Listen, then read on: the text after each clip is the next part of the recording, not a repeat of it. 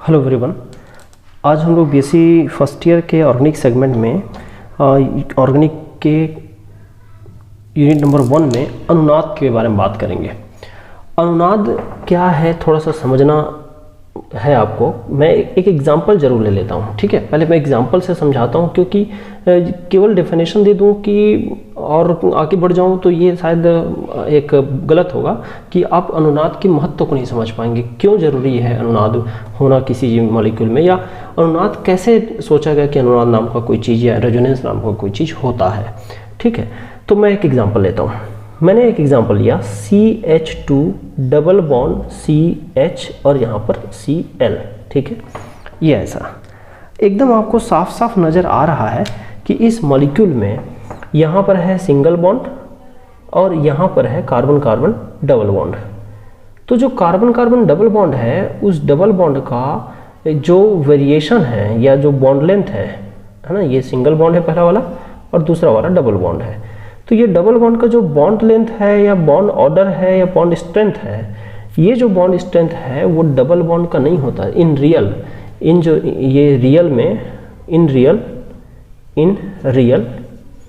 It's bond strength या bond energy से नापते हैं इसको। Bond strength bond energy is between double bond and single bond. ये रियल वाला ऑर्डर बता रहा हूँ, मैं वैल्यू नहीं ले रहा हूँ, वैल्यू में आप कंफ्यूज हो जाएंगे, नए नए वैल्यू लूँगा तो। लेकिन मैं एक ऑर्डर बता रहा हूँ कि इसका जो रियल में जो बॉन्ड एनर्जी है वो डबल बॉन्ड और सिंगल बॉन्ड के बीच होता है। हिंदी वाले भी समझे कि मैं इसकी बंधन ऊर्जा को बात कर रहा हूँ। बंधन ऊर्जा याद रखना, जितना ज़्यादा बॉन्ड होगा, जितना मजबूत बॉन्ड होगा, उतना ज़्यादा बंधन ऊर्जा होता है। तो इसकी वास्तविकता में इसकी जो बंधन ऊर्जा है वो डबल बॉन्ड और सिंगल बॉन्ड के बीच का होता है। सिंगल बॉन्ड से थोड़ा ज़्यादा होता है, डबल बॉन्ड से थोड़ा कम होता है। समझिए इस बात को, सिंगल बॉन्ड से थोड़ा ज़्यादा होता है, डबल बॉन्ड से थोड़ा कम होता है। सिंगल बॉन्ड से थोड़ी ज़्यादा, डबल बॉन्ड से थोड़ा कम। लेकिन हमें तो दिख रहा है ये डबल बॉन्ड, तो इसका कारण ढूंढने के लिए लोग पीछे पड़े।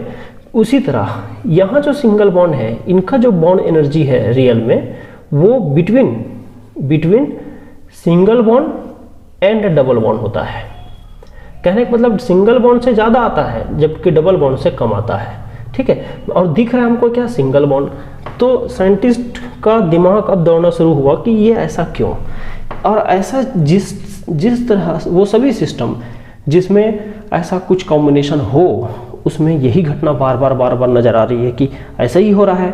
Bond strength, bond order, bond energy का कैलकुलेशन रियल जो है, जो दिख रहा है उससे रियलिटी में मैच नहीं हो रहा है। तो और जो प्रैक्टिकल में आएगा उसी को तो रियल बोलेंगे। भाई दिखाई कुछ भी दे, जो एक्सपेरिमेंट हमको बताएगा वही रियल है।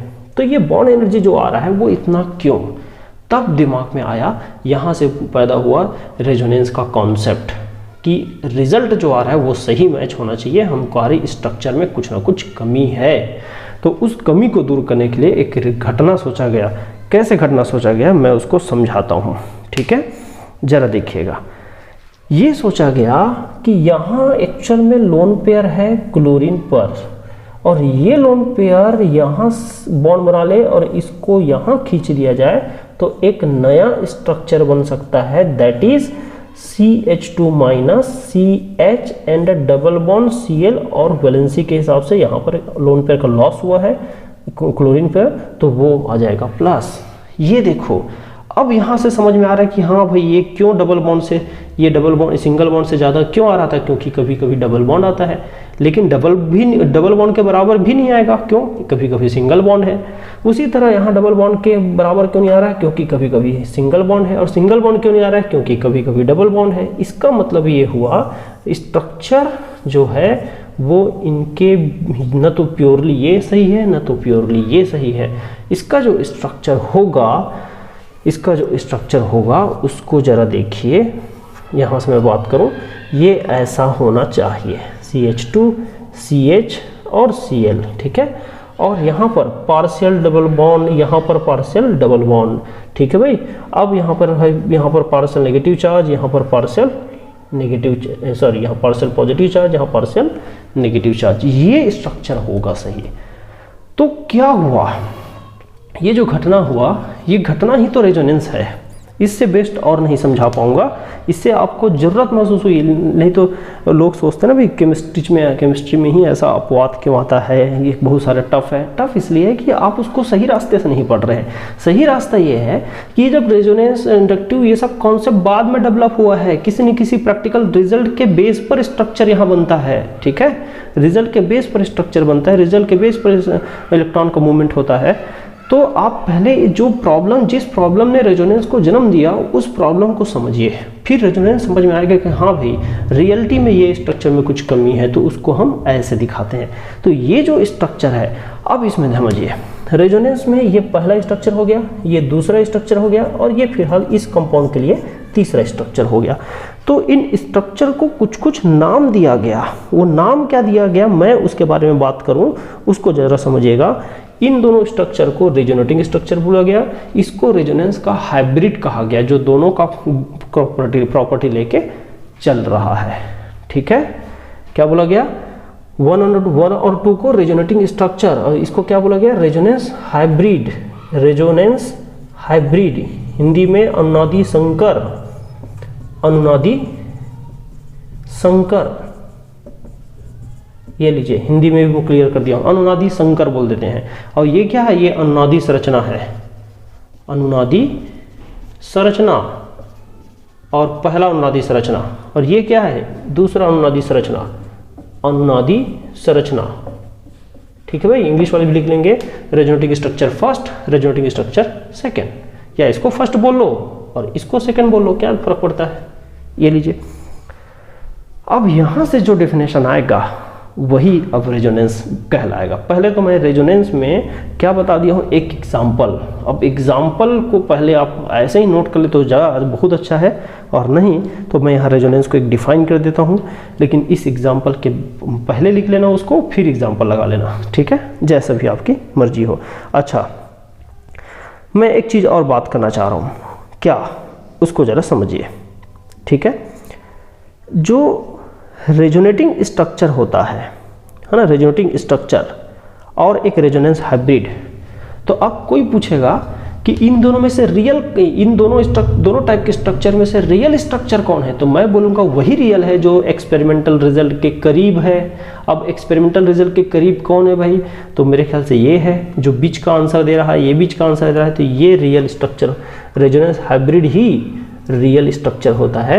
और ये सब इमेजिनरी होते हैं, इमेजिनरी मतलब काल्पनिक होते हैं, ये इमेजिनरी होते हैं। हालांकि लिखते इसी को हैं, लेकिन क्योंकि ऐसे डॉटर लिखने में हमको अनकंफर्टेबल फील होता है, इसलिए लिखते हम इसको हैं या इसको हैं। बट याद रखिएगा कि रेजोनेटिंग स्ट्रक्चर में रेजोनेंस हाइब्रिड ही मुख्य स्ट्रक्चर, यही मेन होता है, यही रियल होता है, रियल और इमेजिनरी। अब देखिए, इन सब को, इस एग्जाम्पल को मिला के अब मैं डेफिनेशन और उसके प्रॉपर्टी निकालने की कोशिश करता हूँ। बहुत अच्छे से लिखिए, और जो मैं शब्दों बताऊँ उसको भी लिख सकते हो, इससे अच्छा और नहीं समझा पाऊंगा। Note down.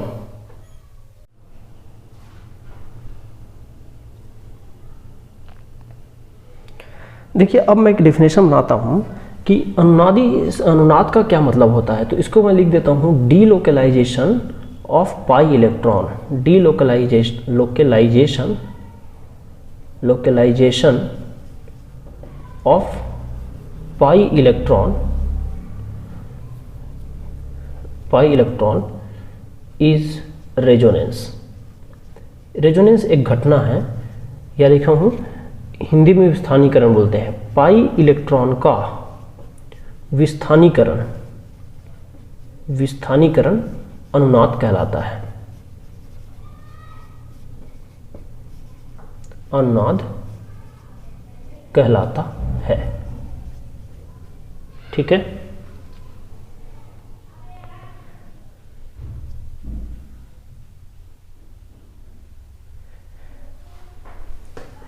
तो ये जो घटना है वो अनुनाद कहलाता है, पहले ये चीज़ याद रखना। अब यहाँ के लिए, अब अनुनाद के बहुत सारे प्रॉपर्टीज़ हैं। अब इसका वही एग्जांपल मैं रिपीट कर देता हूँ, CH2 डबल बॉन्ड CH और Cl। ठीक है, यहाँ से इलेक्ट्रॉन मैं इधर शिफ्ट कर देता हूँ और इसको इधर शिफ्ट कर देता हूँ, और इसको CH2 माइनस को बना दिया जाए और CH डबल बॉन्ड Cl और यहाँ पे प्लस चला दिया जाए। इसको स्ट्रक्चर नंबर फर्स्ट बोल दूँ, इसको स्ट्रक्चर नंबर सेकेंड। और इनका जो एक रेजोनेंस हाइब्रिड है उसको भी यहाँ पर शो कर देता हूँ, CH और Cl, यहाँ डॉटेड बॉन्ड और यहाँ पर डॉटेड बॉन्ड। यहाँ पार्शियल फुल मत दिखाना क्योंकि हम डॉटेड शो किए हैं, पार्शियल पॉजिटिव और पार्शियल नेगेटिव। ये देखिए क्या हुआ है इस घटना में। इस घटना में ये हुआ है, ये लोन पेयर भी एक तरह से अब पाई इलेक्ट्रॉन कहलाएगा क्योंकि पाई बॉन्ड में कन्वर्ट हो गया वो। तो अब मैं लोन पेयर को भी इस पाई इलेक्ट्रॉन बोलने से इसमें बहुत ज़्यादा सी चीज़ शामिल है, ठीक है। हाँ, ये हो गया पहला प्रॉपर्टी।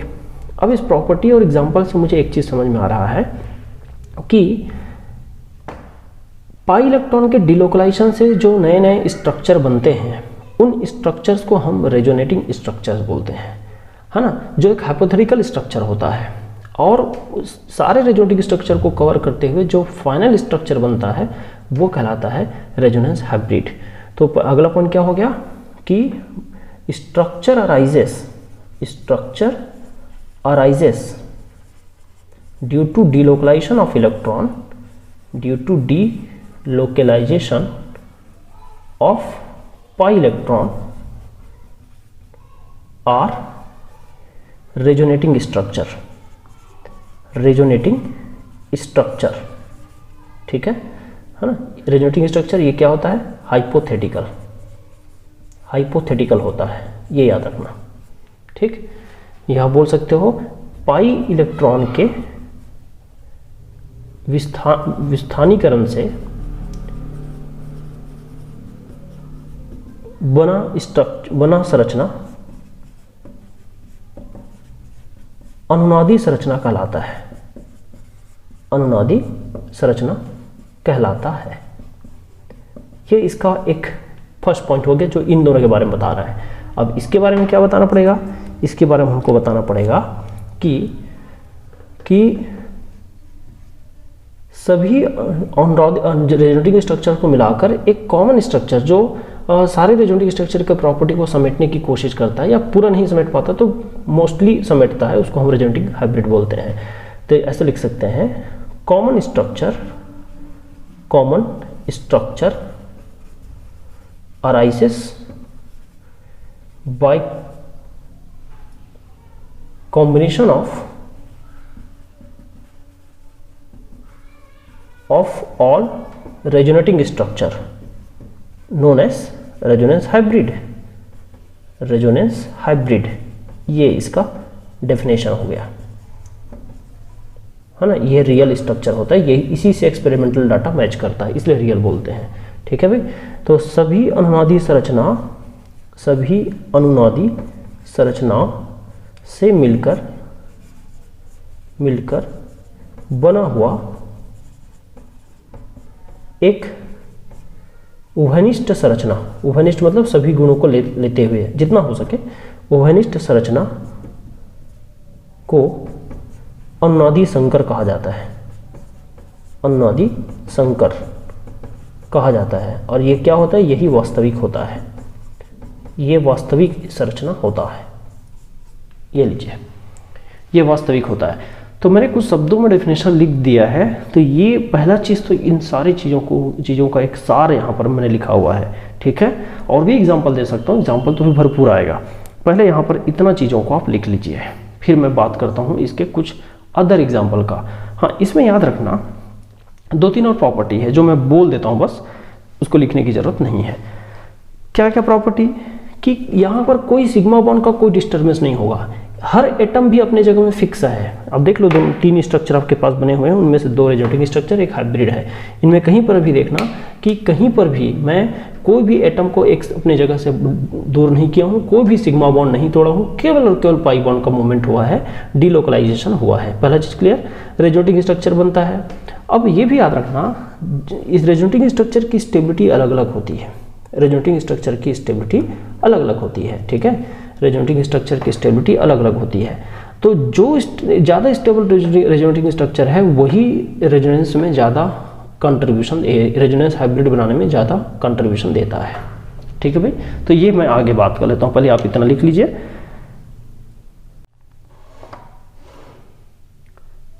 हाँ देखिए, मैं ये बात कर रहा हूँ कि जितना ज़्यादा resonating structure, number of resonating structure जितना ज़्यादा होता है, नंबर ऑफ रेजोनेटिंग स्ट्रक्चर जितना ज़्यादा होगा, रेजोनेटिंग स्ट्रक्चर, ठीक है, नंबर ऑफ रेजोनेटिंग स्ट्रक्चर जितना ज़्यादा, उतना ज़्यादा उस कंपाउंड की क्या होती है, स्टेबिलिटी होती है। इस प्रभाव को रेजोनेंस इफेक्ट बोलते हैं।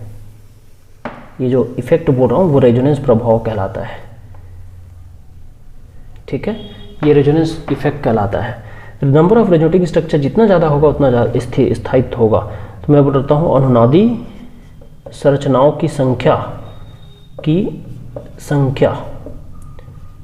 की संख्या समानुपाती होता है किसके, स्थायित्व के, उस सिस्टम का। क्यों? क्योंकि रेजोनेटिंग स्ट्रक्चर ज़्यादा होने से क्या होता है, रेजोनेंस एनर्जी ज़्यादा होती है, और इसी को दूसरे शब्दों में लिख सकते हैं रेजोनेंस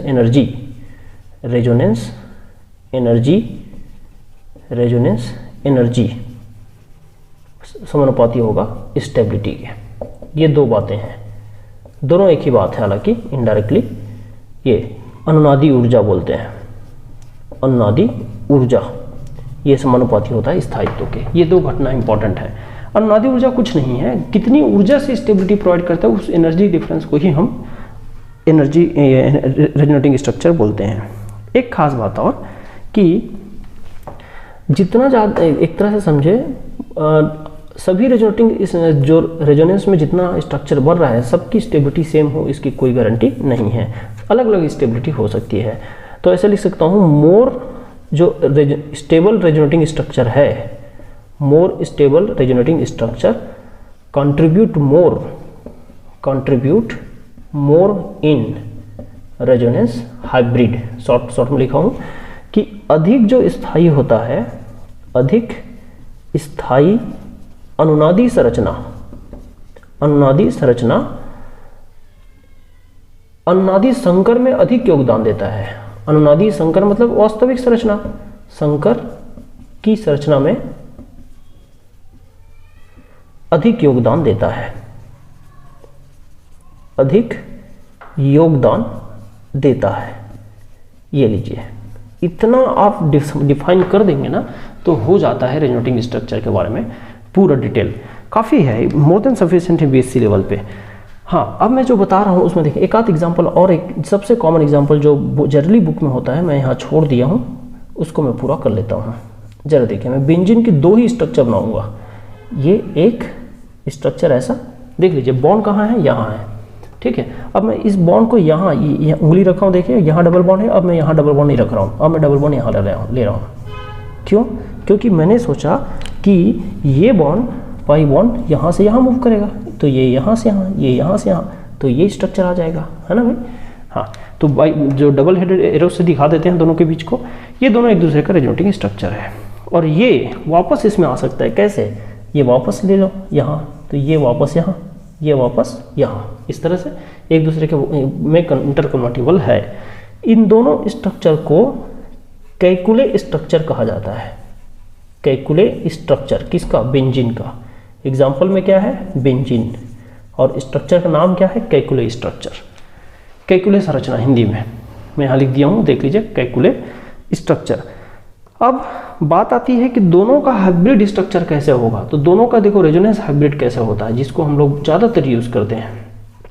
दोनों का हाइब्रिड स्ट्रक्चर ऐसे होगा कि कभी यहाँ डबल बॉन्ड, कभी यहाँ डबल बॉन्ड, कभी यहाँ, कभी यहाँ। तो क्या करेंगे, कभी यहाँ डबल बॉन्ड है तो कभी यहाँ है, फिर कभी यहाँ है, फिर कभी यहाँ है। ऐसा डॉटेड डॉटेड करूँगा तो ऐसा दिखता है। एक्चुअल में बेंजीन की जो स्ट्रक्चर है ना, resonance hybrid of benzene, resonance hybrid of benzene यही है, और ऐसा ही लिखना चाहिए। लेकिन हम लोग जल्दबाजी में क्या कर देते हैं भाई, ऐसा कर देते हैं, क्योंकि इतना समय नहीं है तो ऐसा सॉलिड लाइन खींच देते हैं। चलो सॉलिड लाइन नहीं है, बीच में जो सर्कल है वो डॉटेड होना चाहिए, तो एक्चुअल स्ट्रक्चर आता है। ठीक है, हो सकता है कुछ जगह बुक में डेवार स्ट्रक्चर भी दिया होगा, वो बेंजीन का कंट्रीब्यूटिंग स्ट्रक्चर है, बट मैं उसको रेजोनेटिंग स्ट्रक्चर नहीं बोलूँगा, और एक्चुअल में रेजोनेटिंग स्ट्रक्चर वो नहीं है। डेवार स्ट्रक्चर ऐसा भी देता है कभी कभी बेंजीन के स्ट्रक्चर को। ये प्रपोज्ड स्ट्रक्चर है भाई, ऐसा सोचा गया है और ऐसा एग्जिस्टेंस के प्रमाण मिले हैं। बेंजीन कुछ हद तक ऐसे 3 स्ट्रक्चर और बनाते हैं, ये लीजिए ऐसा। तो ये जो स्ट्रक्चर है ना, इसमें सिग्मा बॉन्ड इन्वॉल्व है, ये रेजोनेटिंग स्ट्रक्चर नहीं है। हाँ, कंट्रीब्यूटिंग स्ट्रक्चर है, बेंजीन का प्रपोज्ड स्ट्रक्चर है। इसको हम लोग बाद में डेवार स्ट्रक्चर बोलते हैं साइंटिस्ट के नाम से, डेवार स्ट्रक्चर। तो ये जो स्ट्रक्चर है वो प्रपोज्ड स्ट्रक्चर है, लेकिन ये रेजोनेटिंग स्ट्रक्चर नहीं है भाई, आपस में इंटर कन्वर्ट नहीं कर पाओगे, ठीक है ना। हालांकि यहाँ से तो देखो ये जो बॉन्ड है और ये बॉन्ड है बिल्कुल अलग है, कैसे बनाओगे एक दूसरे से। तो डिलोकलाइजेशन ऑफ पाई बॉन्ड नहीं है, इसलिए इसको मैं रेजोनेटिंग स्ट्रक्चर में नहीं रख रहा हूँ। हालांकि बेंजीन की जब संरचना दिया गया तो ये भी प्रपोज किया गया, ये भी दिया गया, इसको डेवार ने दिया, इसको कैकुलर ने दिया, और दोनों का योगदान है बेंजीन में, कुछ परसेंटेज यहाँ मिलता है। इन तीनों को मिला के लगभग वही लगभग 28-29%, और इनको मिला के लगभग 75 से 80 के बीच परसेंटेज मिलता है। तो इसी का योगदान ज़्यादा दिखता है, इसलिए जो ज़्यादा स्टेबल होता है उसका ज़्यादा योगदान दिखता है, ये स्ट्रक्चर नहीं दिखाई देता। तो याद रखिएगा रेजोनेटिंग स्ट्रक्चर इतना ही लिखना है, ये मैं केवल नॉलेज के लिए बता रहा हूँ, ये सब लिखने की ज़रूरत नहीं है। ये तो सही है, लेकिन ये तो बनाना ही नहीं है, मतलब फिलहाल अभी के लिए, बाद में जल्दबाजी में बना लेंगे चलेगा, लेकिन अभी फिलहाल नहीं बनाना है ऐसा। तो ये हो गया रेजोनेंस प्रभाव और रेजोनेटिंग इफेक्ट, ठीक है। रेजोनेंस प्रभाव किसको बोलोगे, ये वाला जो इफेक्ट डालता है, स्टेबिलिटी में जो असर डालता है उस पर असर को रेजोनेंस प्रभाव बोलते हैं, ठीक है। अब मैं क्या करूँगा, वो कुछ एग्जाम्पल्स लूँगा और उसमें आपको रेजोनेंस लिखना सिखाऊंगा, है ना। जो कम से कम फर्स्ट टाइम इसको रेजोनेटिंग स्ट्रक्चर बना रहे हैं, खासकर स्कूल के बच्चे या फिर BSc फर्स्ट ईयर के बच्चे जो नहीं कर पाते स्ट्रक्चर, उसको थोड़ा सा प्रैक्टिस की नीड रहती है ना। रेजोनेटिंग स्ट्रक्चर बनाने में ही गलतियां होती है स्कूल कॉलेज लेवल के या BSc लेवल के बच्चों को, तो मैं उनके लिए सिखा रहा हूँ, ठीक है। चलिए पहले इसको नोट करिए, फिर बात करते हैं।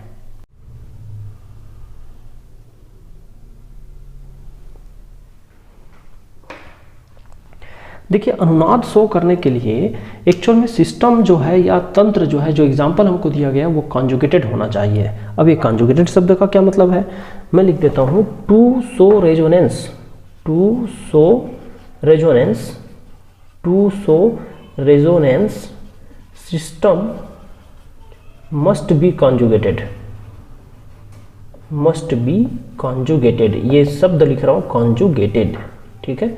ये देखिए, अब सिस्टम कॉन्जुगेटेड होने का क्या मतलब है, या हिंदी में लिख सकते हो अनुनाद दर्शाने के लिए, अनुनाद दर्शाने के लिए तंत्र को संयुग्मित होना चाहिए, संयुग्मित होना चाहिए। अब वो संयुग्मित तंत्र या कॉन्जुगेटेड का क्या मतलब है, देखिए कॉन्जुगेटेड शब्द का मतलब समझाने के लिए एक सिस्टम बनाता हूँ। मान लो ये कोई डबल बॉन्ड है और यहाँ पर ऐसा कोई ग्रुप है जिसके ऊपर या तो डबल बॉन्ड ही है, या लोन पेयर है, नेगेटिव चार्ज है, या पॉजिटिव चार्ज है, या कभी कभी सिंगल इलेक्ट्रॉन। तो ये जो सिस्टम है ना वो कॉन्जुगेटेड सिस्टम कहलाएगा और इसमें रेजोनेंस हो सकता है। अब इसी से हमको यहाँ से टाइप समझ में आ जाता है क्या, कि इसमें पहला टाइप क्या बन जाता है, double bond, double bond in conjugation with, double bond in conjugation with किसके साथ, डबल बॉन्ड के साथ, है ना। डबल बॉन्ड का डबल बॉन्ड के साथ संयुग्म बॉन्ड, क्या मतलब हुआ, डबल बॉन्ड का डबल बॉन्ड के साथ संयुग्म बॉन्ड। जरा देखिए इसका मतलब कि डबल बॉन्ड का डबल बॉन्ड के साथ संयुग्म बॉन्ड, ये कब कब, जब ये डबल बॉन्ड इस डबल बॉन्ड के साथ संयुग्म बॉन्ड में हो या रेजोनेंस में हो। दूसरा कैटेगरी क्या बन सकता है, डबल बॉन्ड तो इधर फिक्स है, लोन पेयर के साथ संयुग्म बॉन्ड, लोन पेयर के साथ कॉन्जुगेशन। तीसरा क्या बन सकता है, डबल बॉन्ड का यहाँ से नेगेटिव चार्ज के साथ संयुग्म बॉन्ड। चौथा क्या बन सकता है, डबल बॉन्ड का पॉजिटिव चार्ज के साथ। पांचवा क्या बन सकता है, डबल बॉन्ड का रेडिकल के साथ। तो इस प्रकार से 5 तरह से यहाँ एक तरह से रेजोनेंस हो सकता है। आप देख लीजिए पूरा, तो रेजोनेंस के 5 सिस्टम बन सकते हैं, 5 एग्जाम्पल बन सकते हैं, 5 प्रकार बन सकते हैं। तो इसी में से मैं प्रैक्टिस कराऊंगा, है ना। एक एक एग्जाम्पल भी आ जाएगा, साथ साथ एक एक प्रैक्टिस भी हो जाएगा। बेंजीन को इन्वॉल्व करेंगे ज़्यादातर, जिसमें अच्छी प्रैक्टिस होगी। तो आपको मैं रेजोनेटिंग स्ट्रक्चर बनाना यहाँ से सिखाता हूँ। नोट करें पहले इसको, ये टाइप बता रहा है।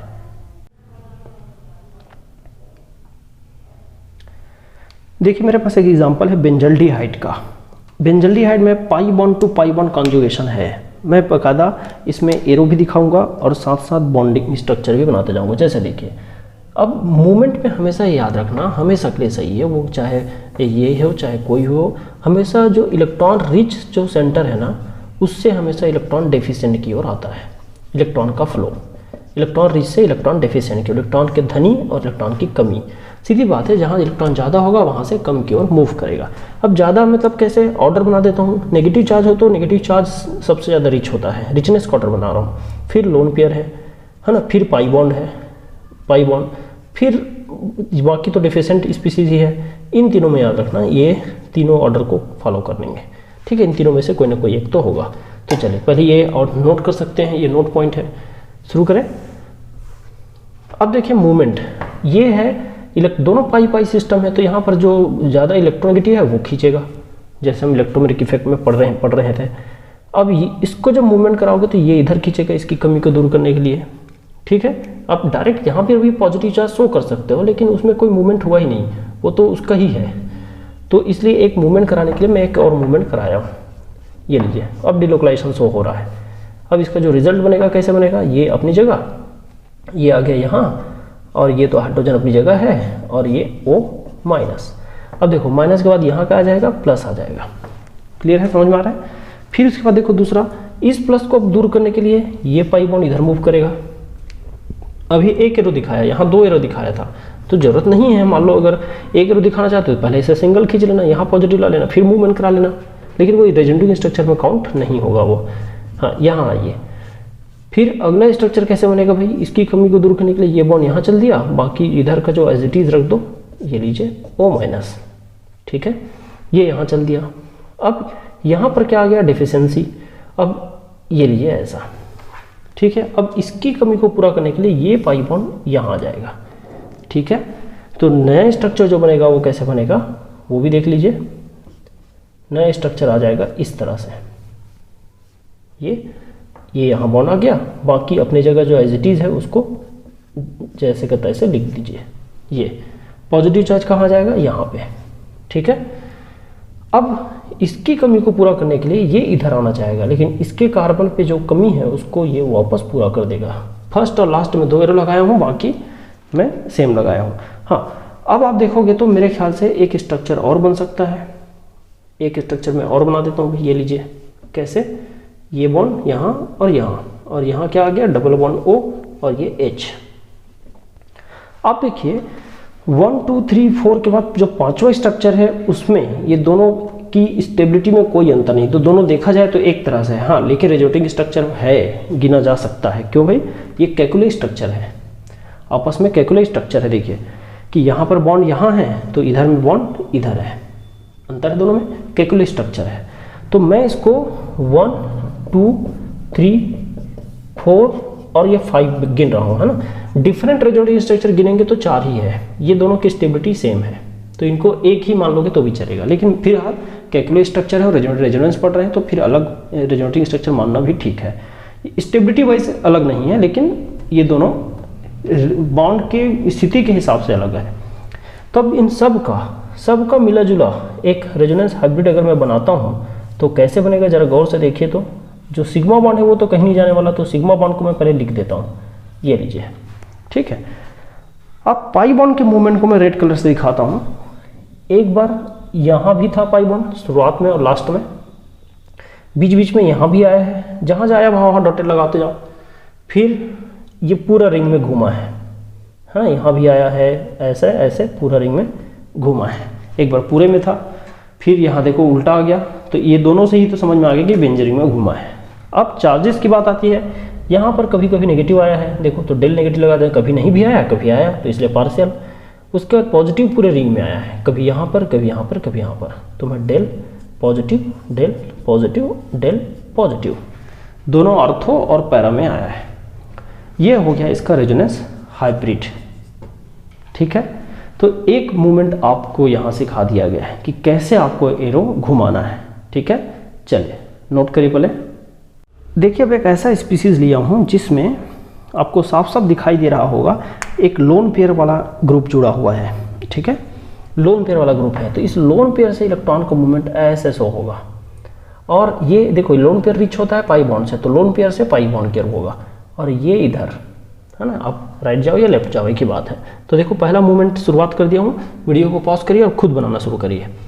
क्या आएगा पहला स्ट्रक्चर, मैं यहाँ बना देता हूँ भाई, ये लीजिए अच्छे से समझिए, यहाँ पर नेगेटिव चार्ज और यहाँ पे डबल बॉन्ड OH देखो, और ऑक्सीजन अपना लोन पे लूज किया है इसलिए ऑक्सीजन पे कमी हुई है तो पॉजिटिव चार्ज।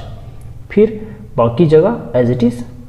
फिर अगला मूवमेंट क्या होगा, अब अगला मूवमेंट यहाँ से देखिए, ये अब देखो बीच से उल्टा नहीं ले जाना भाई, पूरा सर्कल कंप्लीट करना है, नहीं तो फिर पॉजिटिव नेगेटिव और अट्रैक्ट होगा बोलोगे तो वापस आ जाएगा, तो रेजोनेटिंग स्ट्रक्चर नया बना ही नहीं पाओगे उसके बाद।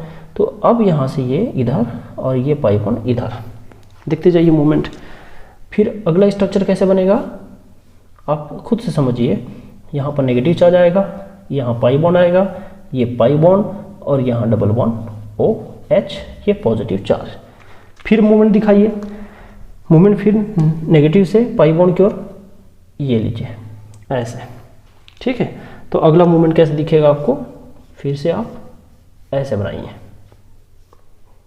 बॉन्ड बॉन्ड माइनस चार्ज, फिर यहाँ double bond OH plus charge.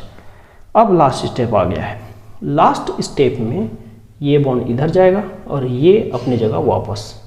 तो क्या आ जाएगा जरा देखिए, यहाँ से इसका जो स्ट्रक्चर बनेगा उसको मैं बता देता हूँ, यहाँ बॉन्ड बॉन्ड बॉन्ड, और यहाँ से वापस इसका लोन पेयर जो एक लॉस हुआ था वो वापस आ गया। तो ये सारे रेजोनेटिंग स्ट्रक्चर हैं। रेजोनेंस के हाइब्रिड स्ट्रक्चर बनाने के लिए आप कैसे शो करोगे हाइब्रिड स्ट्रक्चर को, हाइब्रिड स्ट्रक्चर में यहाँ से शो कर देता हूँ भाई। जो सिग्मा बॉन्ड है उसमें कोई चेंज नहीं होता, तो सिग्मा बॉन्ड को आप लिख दो पहले, फिर देखो डॉटेड में ये, फिर यहाँ से पूरा रिंग में घूमा है, इस ऑक्सीजन पर कुछ देर के लिए पॉजिटिव आया और रिंग में यहाँ पर नेगेटिव आया एक बार, फिर एक बार यहाँ पे और एक बार यहाँ पे, ठीक है। इसके अलावा और कहीं नहीं आया है, पार्शियल नेगेटिव 3 जगह दिखाया हूँ, चलेगा। तो ये है इसका रेजोनेंस हाइब्रिड। ये हो गया दूसरे टाइप का मूवमेंट, ठीक है भाई, क्लियर है बात, नोट करें बहुत अच्छे से। चलिए बाकी 2 सिस्टम को, बाकी 3 सिस्टम और बचा, नेगेटिव चार्ज, प्लस चार्ज और लोन पेयर, उनको बड़े स्ट्रक्चर में दिखाएगा, छोटे छोटे स्ट्रक्चर में दिखाते हैं। तो जरा देखिएगा छोटे स्ट्रक्चर में कैसे, जैसे नेगेटिव चार्ज, तो नेगेटिव चार्ज ज़्यादा इलेक्ट्रॉन रिच है कंपेयर टू डबल बॉन्ड, तो नेगेटिव चार्ज से इलेक्ट्रॉन डबल बॉन्ड की ओर मूवमेंट होगा, ये ऐसा और ये बॉन्ड ऐसा। तो यहाँ कुछ नहीं मतलब CH2 है, तो ये CH2 है, ये पे माइनस चार्ज आ जाएगा और ये डबल बॉन्ड CH2 ऐसा हो जाएगा। ये इसका रेजोनेंस स्ट्रक्चर। हाइब्रिड बनाना हो तो बड़ा आसान है, कैसे बना लोगे, C ऐसा, डबल बॉन्ड ऐसे घूम रहा है, डेल नेगेटिव कभी यहाँ, डेल नेगेटिव कभी यहाँ, कोई पॉजिटिव नहीं यहाँ पर, ठीक है।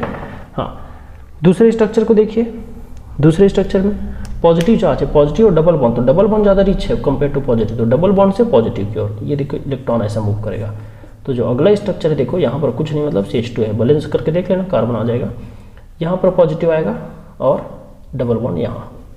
तो इन दोनों का जो रेजोनेंस हाइब्रिड है कैसे दिखेगा, ऐसे, इस तरह से, ठीक है भाई।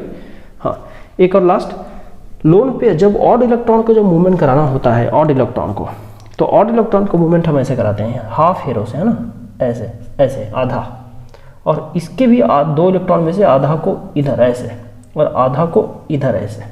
तो जरा देखिए इसका जो नया स्ट्रक्चर बनेगा वो कैसे दिखाई देगा, यहाँ डबल बॉन्ड और यहाँ से CH2 है, इनके बीच में देखो कैसे हो गया, अब रेडिकल इधर आ गया, एक यहाँ 2 डॉट है, तो 2 डॉट में से एक डॉट इधर आया, एक डॉट उधर गया, तो उधर से बॉन्ड बना लिया ऐसे। और इसके हाइब्रिड बनाने की स्ट्रक्चर जरूरत नहीं है, मान लो दिखाना भी है तो आप ऐसे दिखा देना, ऐसा डॉट यहाँ डॉट यहाँ। अब डॉट को पार्सल तो दिखा नहीं सकते, तो ऐसा दिखा सकते, लेकिन ज़रूरत नहीं है। तो ये इसी के साथ हो गया रेजोनेंस की घटना क्लियर, और इसको बार बार बना के प्रैक्टिस करने से ही कमांड आता है। कोई फिक्स रूल नहीं है कि एक स्टेप घुमाऊँ, एक रो घुमाऊँ, 2 रो घुमाऊँ, ऐसा कोई स्टेप फिक्स नहीं है। इसमें केवल और केवल प्रैक्टिस करिए, धीरे धीरे आपको समझ में आने लग जाएगा कि हाई इलेक्ट्रॉन डेंसिटी से लो इलेक्ट्रॉन डेंसिटी कब एक रो घुमाऊँ, कब 2 रो घुमाऊँ, कहाँ से कब कहाँ जाएगा। जितने स्ट्रक्चर दिए उसको 2 से 3 बार प्रैक्टिस करिए, आपको फर्स्ट टाइमर है तो भी आपको समझ में आ जाएगा। चलिए आज के लिए इतना।